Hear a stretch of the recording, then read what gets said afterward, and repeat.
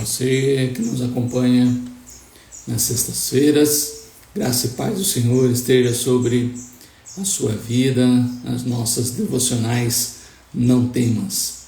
Vamos orar, agradecer a Deus por esse momento.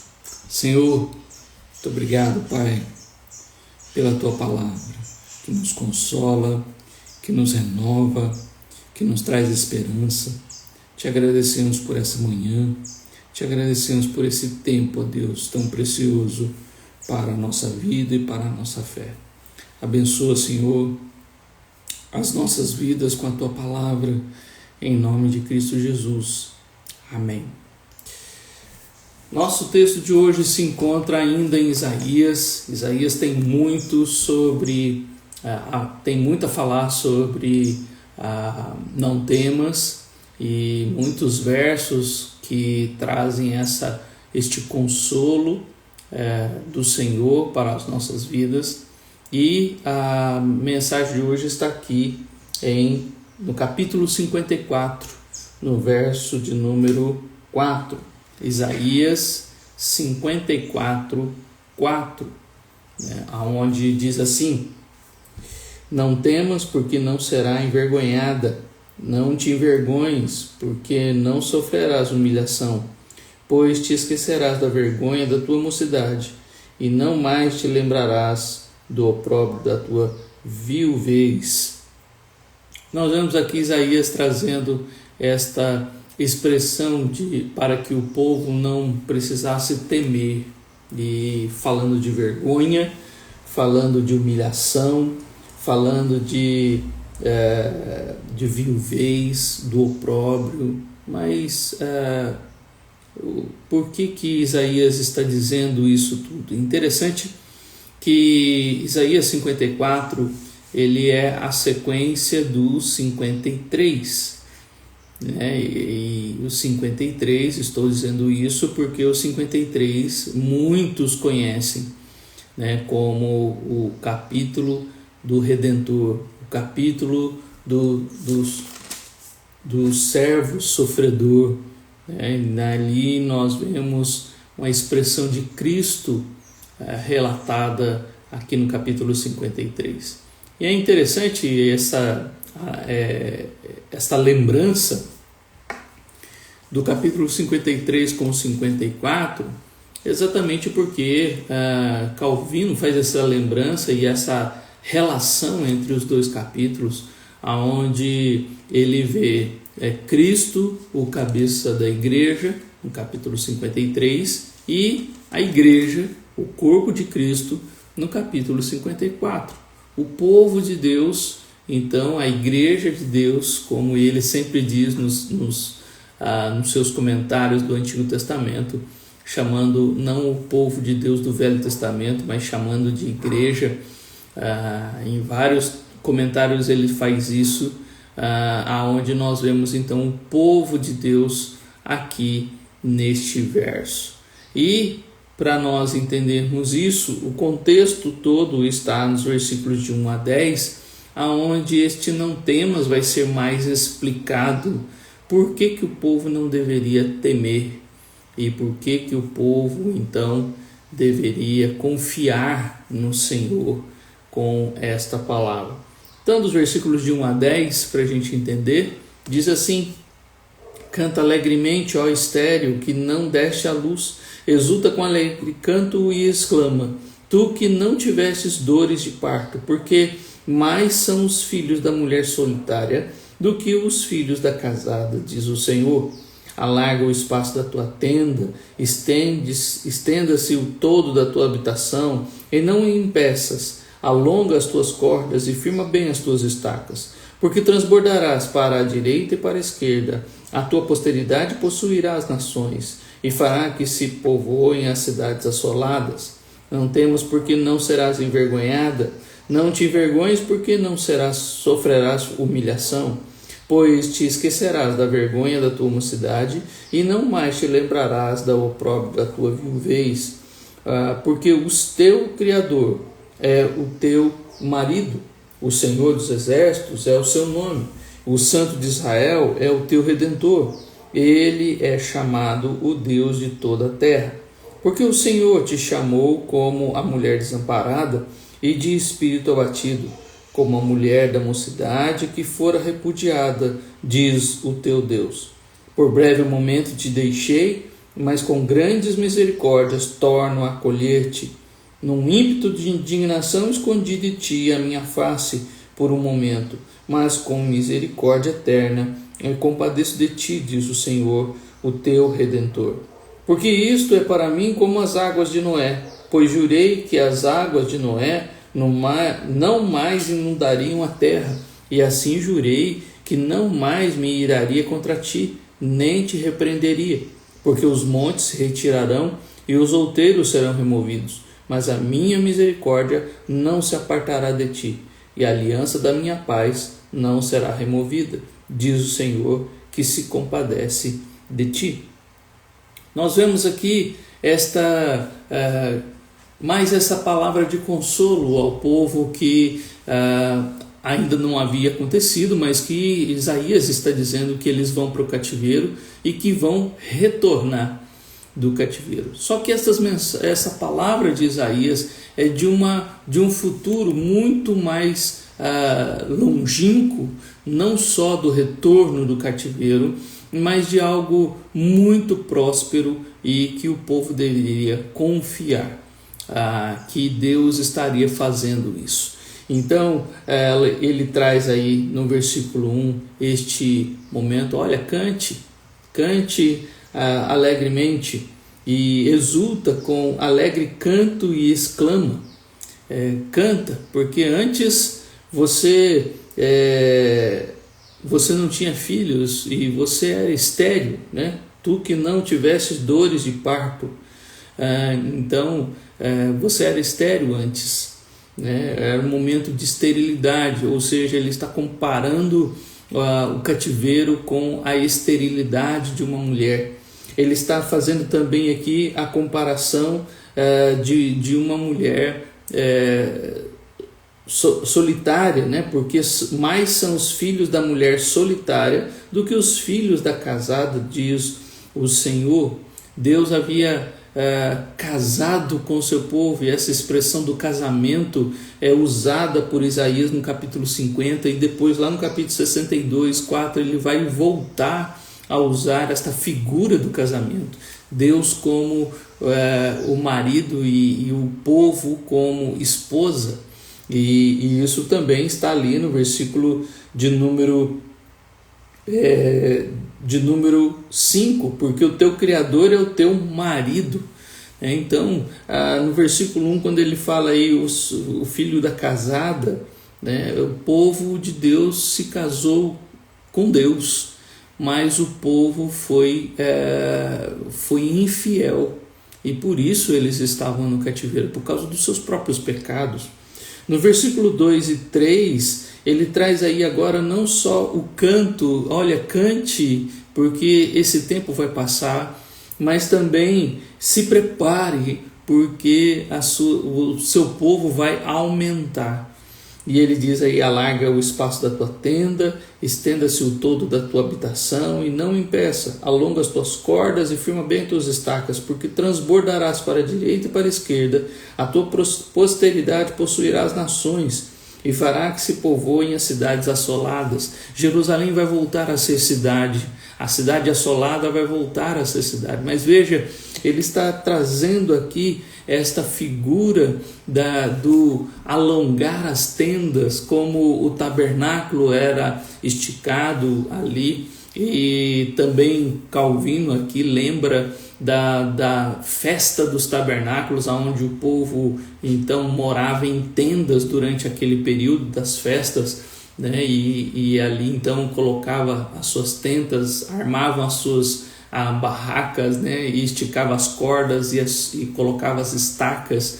E aqui ele está dizendo: olha, se prepara, porque as suas tendas vão ser maiores, vão ser alargadas. E não está falando só de Jerusalém, que seria restaurada, mas que o povo de Deus seria um povo grande, mais do que em Jerusalém, porque ele diz aí também que a tua posteridade possuirá as nações.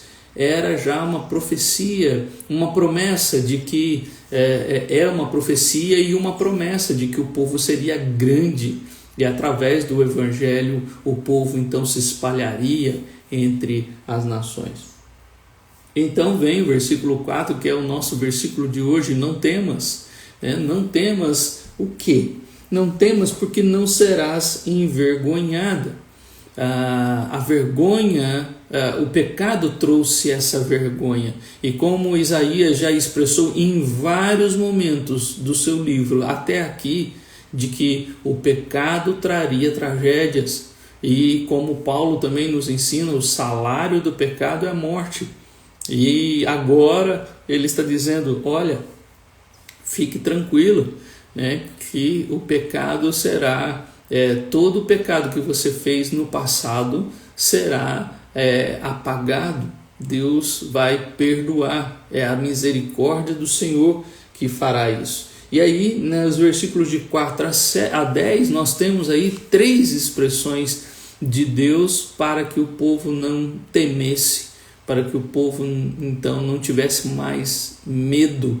Não temas aqui em 3 expressões: pelo perdão, no versículo 4, pelo amor, no versículo 5 e 6, e pela fidelidade de Deus, nos versículos de 7 a 10, aonde Deus está lembrando o povo: não tema, não tenha medo, porque os seus pecados do passado, aquilo que você tinha vergonha, aquilo que trouxe vergonha, humilhação, e Deus não vai se lembrar mais. Versículo de número 4: não te envergonhes, porque não sofrerás humilhação, pois te esquecerás da vergonha da tua mocidade. O que você fez lá atrás, Deus vai perdoar e Deus vai esquecer.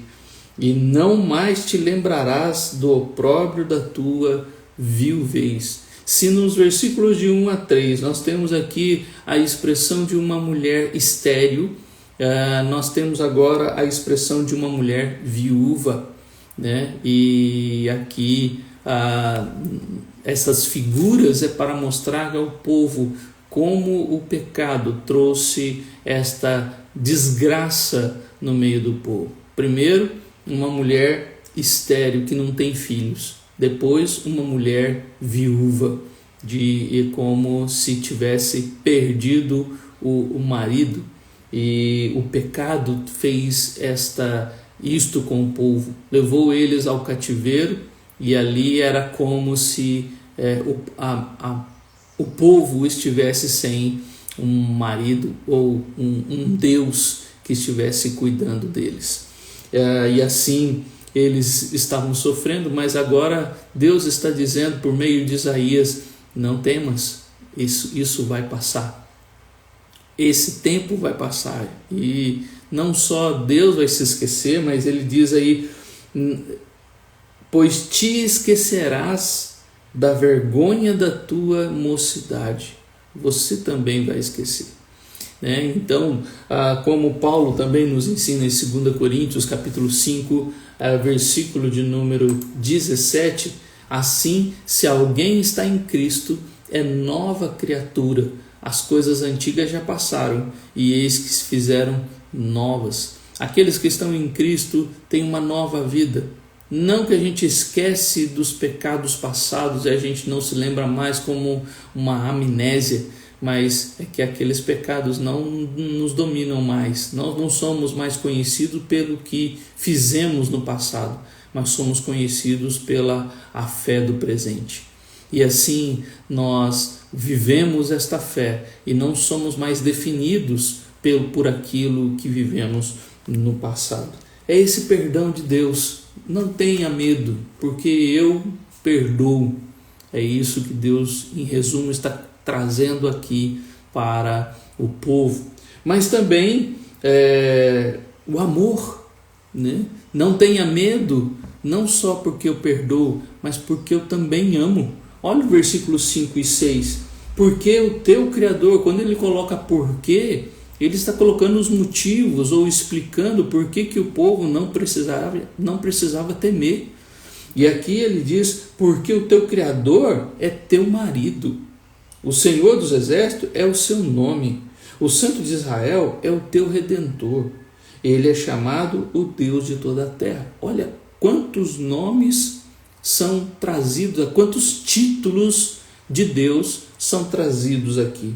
O Criador é o teu marido, o Senhor dos Exércitos é o seu nome, o Santo de Israel é o teu Redentor, ele é chamado o Deus de toda a terra. 4 nomes aqui que nós poderíamos ficar aqui pelo menos mais uma meia hora para falar desses 4 nomes de Deus e o significado deles para o povo e para aquele momento em que o povo precisava aprender a respeito desse Deus maravilhoso que ele é.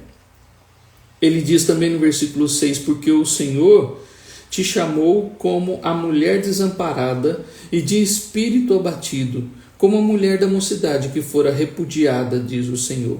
Ou seja, nós vimos aqui já nos versículos de 1 a 3, uma mulher estéril, né? No versículo 1 mais propriamente, uma mulher estéril, uma mulher viúva no versículo de número 4, e agora no versículo 6, uma mulher divorciada, né? E nós temos aqui essa mulher que fora repudiada. Deus se divorciou dela, Deus como marido se divorciou dessa mulher, ou seja, o momento do cativeiro, o pecado do povo foi como se Deus tivesse divorciado do povo. E é assim que ele está trazendo esta expressão, essa figura, para que o povo entenda como o pecado afastou Deus deles. A disciplina do Senhor foi como uma ruptura nesse casamento.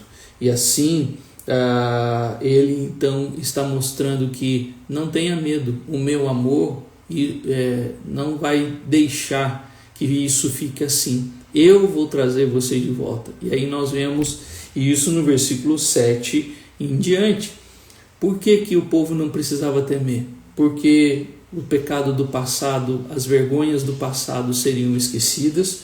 Porque Deus, como marido, ele é o Redentor, ele é o Deus de toda a terra, ele é o Senhor dos Exércitos, e ele é que te chamou, porque o Senhor te chamou. Então, no versículo 6, mas aí ele diz no versículo 7, por que de novo, né? Por breve momento, no versículo 9, perdão, no versículo 7, por breve momento te deixei. Aquele momento do cativeiro era a disciplina do Senhor para o povo, mas com grande misericórdia torno a acolher-te. Assim como nas descrições que nós temos ali de Paulo também em 1 Coríntios 7, e falando sobre o casamento, e também em Deuteronômio e Levíticos, que nós temos ali estas leis também com respeito ao casamento, né, de que o divorciado deveria se voltar para a sua mulher, que era isso que Deus sempre desejou para o casamento. Assim também Deus está mostrando de que ele não rejeitou o seu povo, e aquela disciplina de levar o povo para o cativeiro agora estava passando, e que Deus ia de novo acolher essa que foi repudiada, como ele está usando essa figura aqui, não só de uma mulher estéril, de uma mulher viúva, mas de uma mulher divorciada. Ele está trazendo ela de volta, e ele está acolhendo ela novamente, o povo novamente, por causa da misericórdia. Ele diz aí, com grande misericórdia torno a acolher-te. Num ímpeto de indignação escondi de ti a minha face por um momento, mas com misericórdia eterna me compadeço de ti, diz o Senhor, o teu Redentor. Misericórdia eterna, isso aqui nos faz lembrar a aliança, em que ele vai falar também no versículo 10. A aliança com Deus, com o seu povo, é eterna. E ainda que pareça que Deus tenha se afastado e afastado por causa do pecado, como ele vai dizer depois, Isaías vai dizer no capítulo 59, que o pecado faz separação entre nós e Deus. Então aqui ele está mostrando isso, como o pecado afasta as nossas vidas de Deus, mas é Deus quem nos traz de volta até Ele. É Deus que vem atrás do pecador, não é o pecador que vai até Deus. É Deus quem vai até o pecador. É claro que em outros textos nós vamos ver a importância do arrependimento e do pecador voltar-se para Deus, mas não haverá arrependimento sem a ação do Espírito Santo. Não haverá arrependimento genuíno se Deus não fizer a obra primeiro, se Deus não tocar no coração, se Deus não transformar a vida dele, se Deus não trazer de volta, ele não voltará. É Deus quem faz esta obra no coração. Perdão. E assim nós vamos vendo isso, Deus realizando no meio do povo. É Ele quem vai trazer o povo de volta do cativeiro. Me compadeço de ti, o Senhor, o teu Redentor. Eu que vou resgatar. Já expliquei essa expressão aqui em outro texto, onde o Redentor, aqui o Goel, é aquele parente próximo que paga a dívida, para resgatar aquele que estava preso, aquele que estava no cativeiro. E aqui o Redentor é Deus, é Ele quem vai lá e paga a dívida, é Ele quem resgata, o parente. Olha como Deus é maravilhoso aqui e carinhoso com o seu povo nessa expressão. E aí nós vemos agora no versículos 9 e 10, ele lembrando de um episódio do próprio Velho Testamento, lá do início, lá de Gênesis, quando ele fala a respeito de Noé. Ou seja, Isaías usando uma figura ou uma questão histórica como uma figura para o povo entender essa relação entre ele. Ele diz: porque isto é para mim como as águas de Noé.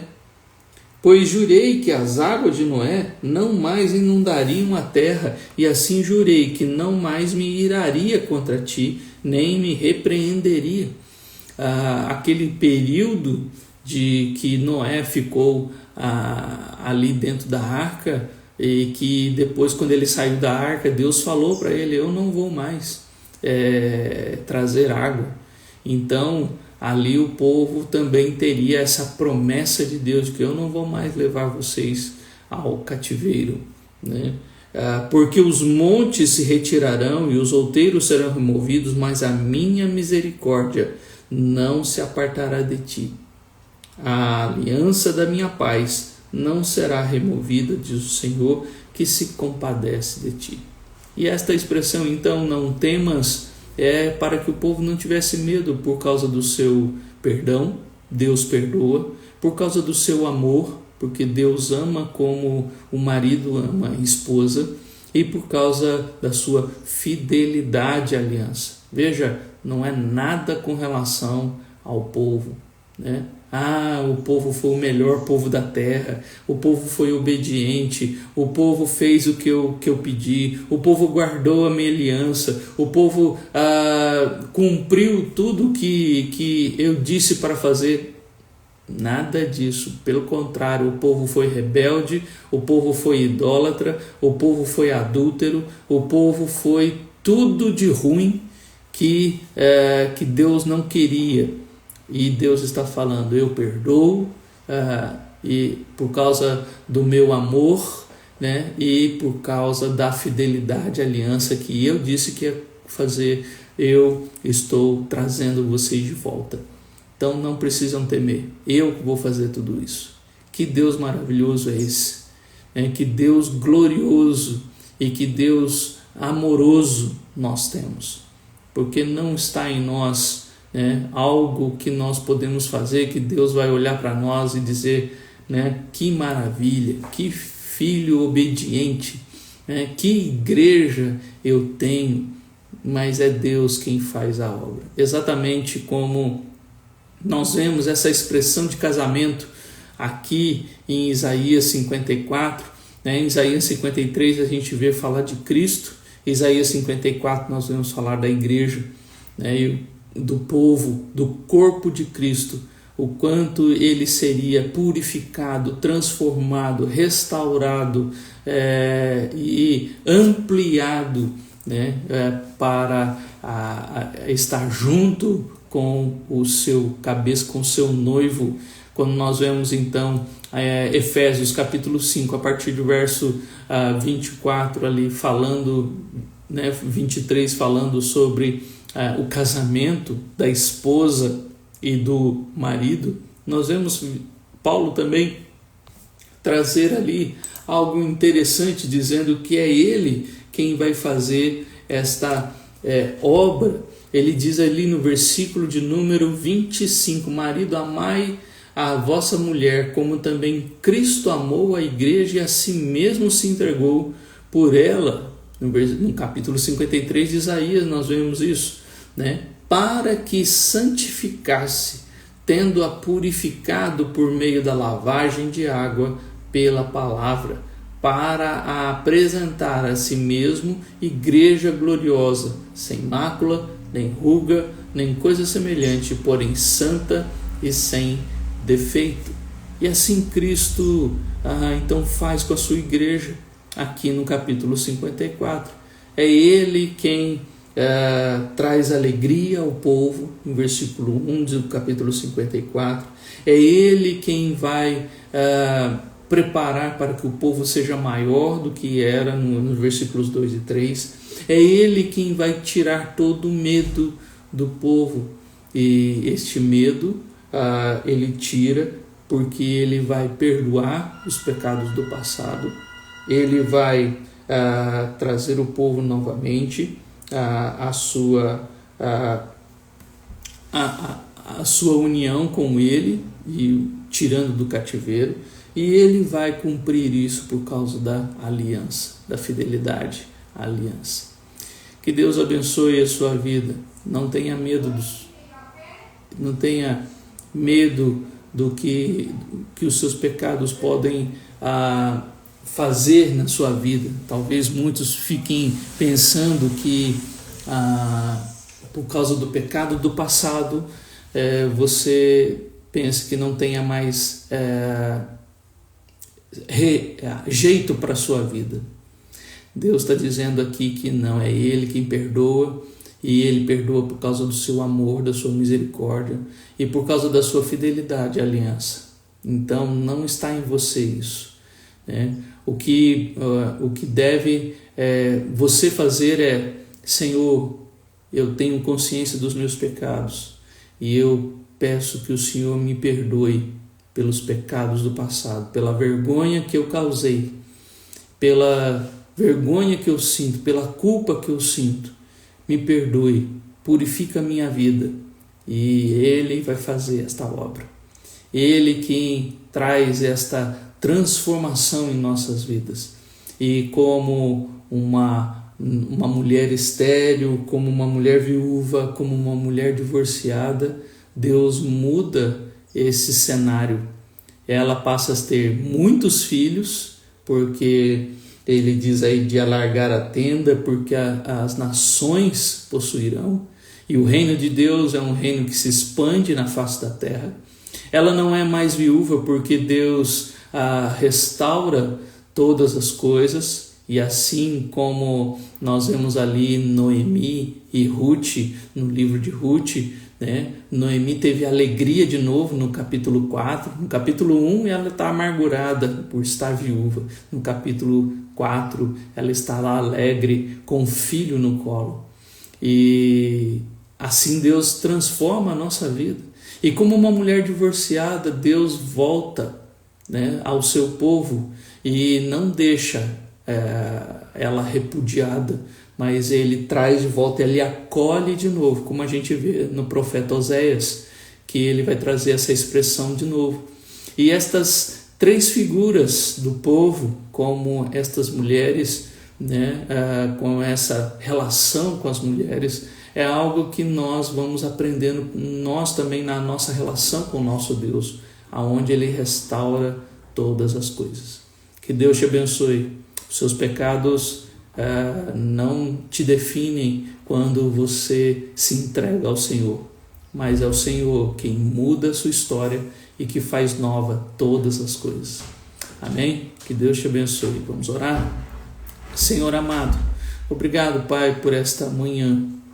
E que assim, ó Deus, nós, como teu povo, como o corpo de Cristo, possamos, ó Deus, compreender, ó Pai, a tua palavra e confiar em ti, confiar no teu perdão, confiar na tua graça, na tua misericórdia, confiar na tua fidelidade, na tua aliança, ó Deus, para com o teu povo. Senhor, nos ajuda para que a culpa do pecado não nos domine, mas e nem a vergonha, ó Deus, das coisas erradas que fizemos lá atrás, mas que possamos confiar no teu perdão, no teu amor e na tua fidelidade para conosco. Cuida, Senhor, de nossas vidas, perdoa os nossos pecados e, Senhor, que o medo de sermos rejeitados e condenados, ó Deus, possa então ser aliviado pela mensagem de perdão, de graça e de amor para conosco.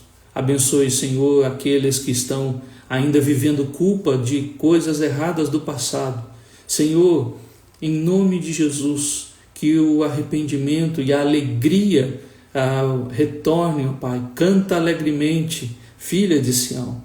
E assim, ó Deus, aqueles que se arrependeram dos seus pecados, restaura a alegria da salvação. Senhor amado, lembrando sempre das promessas da tua palavra, promessas de fidelidade, de perdão, de amor, que não estão, ó Deus, em nós, somos pecadores, mas é o Senhor quem realiza tudo isso. Ajuda-nos, ó Deus, a compreender a tua palavra e assim, ó Deus, confiar nela. Esta confiança do Isaías 54, que o teu povo, que os teus filhos compreendam isso. Em nome de Cristo Jesus. Amém. Deus te abençoe. Um bom dia, consolado pelo Senhor, na paz dele. Amém.